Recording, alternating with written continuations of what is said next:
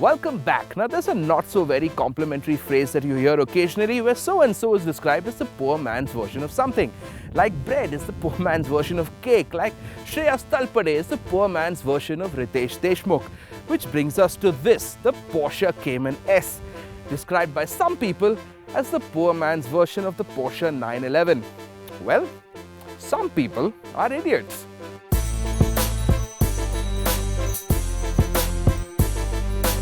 To describe the Porsche Cayman S as a poor man's anything means that either you are a fabulously wealthy ass with a 911 who would actually make fun of a poor man, or you are too poor to own either but still have an opinion and don't care who knows it.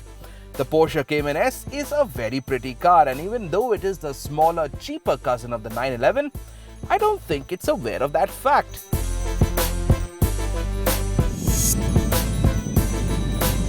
Because there are two versions of the Cayman, the common or garden variety and the one we are driving right now with the magic S logo on the badge, which means that instead of the 2.7 litre engine, what we're getting is a 3.4 litre flat 6 that's placed more conventionally right behind the two seats and not over the rear axle like the 911. Now before I give you performance numbers, here's something that's even more fun. When you drive a 911, the engine is a little more distant with a firewall and two useless seats coming in the way. What that means is that the sound coming from the engine will only pop and spit when you put it into Sports Plus mode and drive like your feet are on fire. With the Cayman on the other hand, it's right behind your head. If not for this rear glass, I could reach out and touch it. And it sounds great, ferocious, like an attack dog. Aren't Dobermans and Rottweilers German?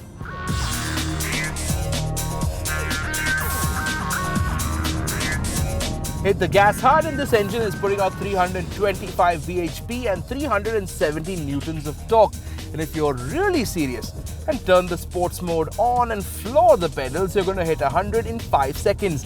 And if you do find a good stretch and no cops, you're going to max out at 283 kilometers per hour. Transmission is Porsche's world famous 7-speed PDK system, and it works like Chacha Chaudhary's mind. Now we don't suggest that you actually do this, but if you find yourself in an emergency situation and need to hit the brakes hard, this car will stop faster than it accelerates. The braking is absolutely incredible, and at no point will you feel like you're going to die. And then there's the fact that this car handles incredibly well. With the engine in the middle, the nose turns into any direction with tremendous accuracy. And despite this being an out-and-out sports car, it handles like you think you should and forgives when you do something stupid. Something that bigger sports cars will not. There's no oversteer, there's no understeer, and driving in this car is like a roller coaster.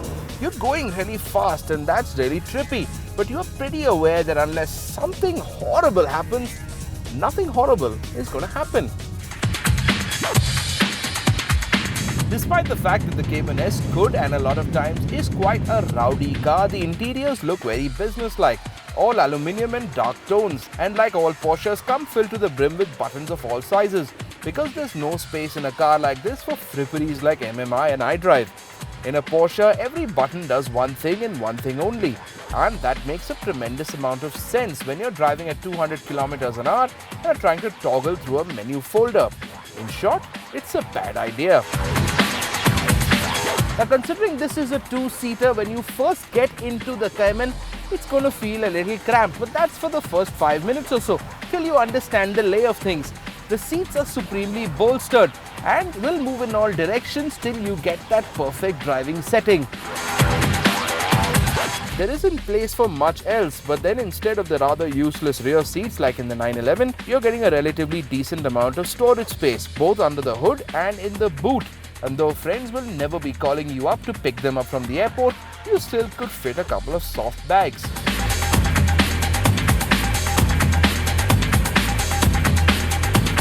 So is there anything wrong with this car?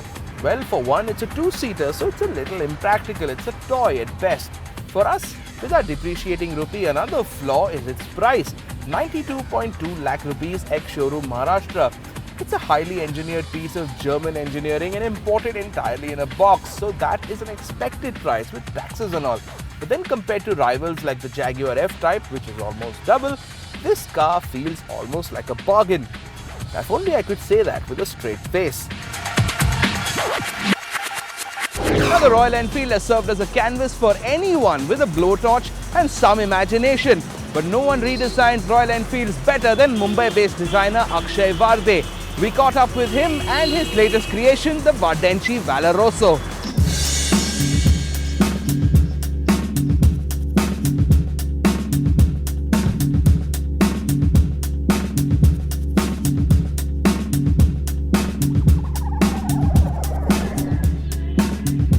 We are riding the Vardenchi Valeroso. We built it for a very special client of ours, Abhinay Dev. And right from the start, we spent a lot of time planning the design of this motorcycle. He was very clear about what he wanted. He wanted a highly finished product. He wanted something that had a lot of detail.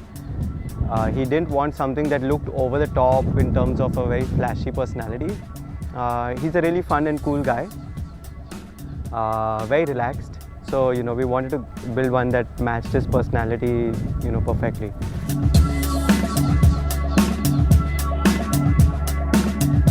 So typically we don't just start the build at Vardenchi anymore. What we really do is we create the 3D model in CAD/CAM software. We check for interferences, we check for design flow, we check for colors and graphic combinations to see aesthetically what it looks like. So essentially we have a simulated motorcycle to kind of give us an idea of what the end product is going to look like. When we get approvals from the customers, really when we go to build, so we know about 80 to 85% what the motorcycle is going to look like as a finish. But I'll say that there's still a magic when the bike comes together, that you can't anticipate before, because what you see on the screen is on the screen, and what you see in effect or in person, a motorcycle like this, it really gives you that emotion. And I think that every single member of our team was really blown away. I think it was difficult for us to let it sink in at first because there were so many things happening. It was such a new design. But once we got used to it, we fell in love. This is one of the best bikes we've built.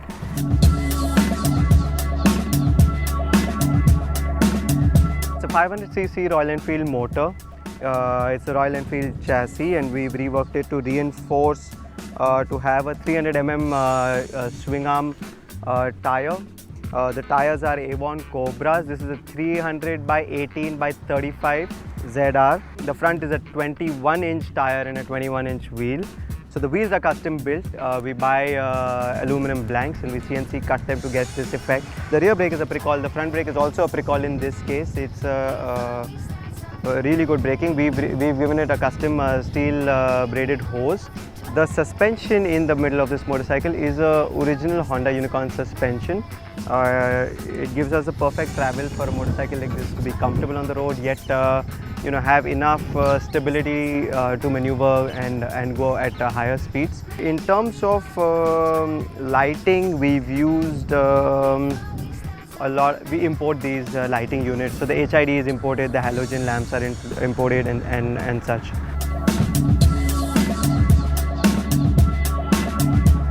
This motorcycle has a very unique suspension. Generally in a Type 3 we use two components for suspension. This has a single shock up, and we've mounted it in a very different angle. We've reworked the entire rear end of this bike to make sure that the bike is a really soft ride.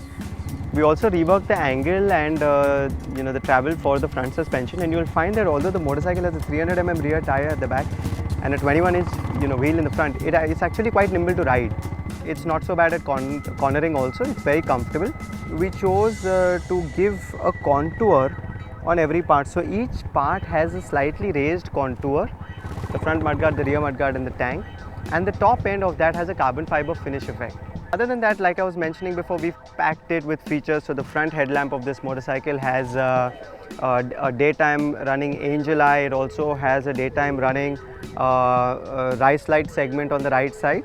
And it has an HID function, and it also has a halogen regular lamp. We put bar and indicators with upswing mirrors. These mirrors are give you a great view in the back, and they're adjustable. They're small, so it maintains the design of the bike. We reworked the carburetor covers for this motorcycle, so it's a completely new design of a polygon. We've taken the same shape and replicated it into the mirrors.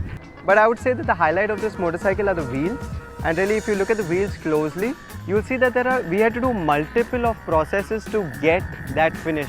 So they are CNC cut, but before they were CNC cut, they were powder coated, then they were CNC cut, then they were re-powder coated, then they were drilled and tapped for the for the aesthetic islands that have been added around the circumference. So also the beauty of the wheel, the way they are cut in the segments, is when you're riding the motorcycle, it gives you an illusion of the wheel rotating back, as you might have seen in some supercars.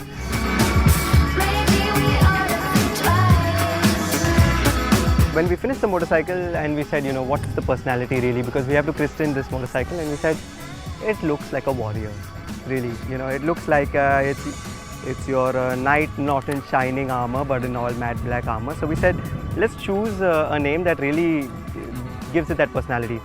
And so we said, well, you know, what's a knight? Let's not just call it another knight, or, you know, so what do we do? And so we said, what are knights? They're courageous.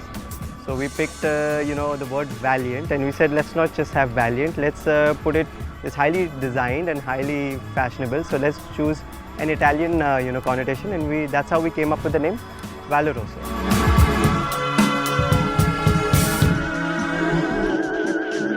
And that was our show for this week. We've had a great time making it. We hope you've had a good time watching. Remember, you can catch the entire episode online at timesnow.tv or youtube.com. Till next week then, ciao and take care.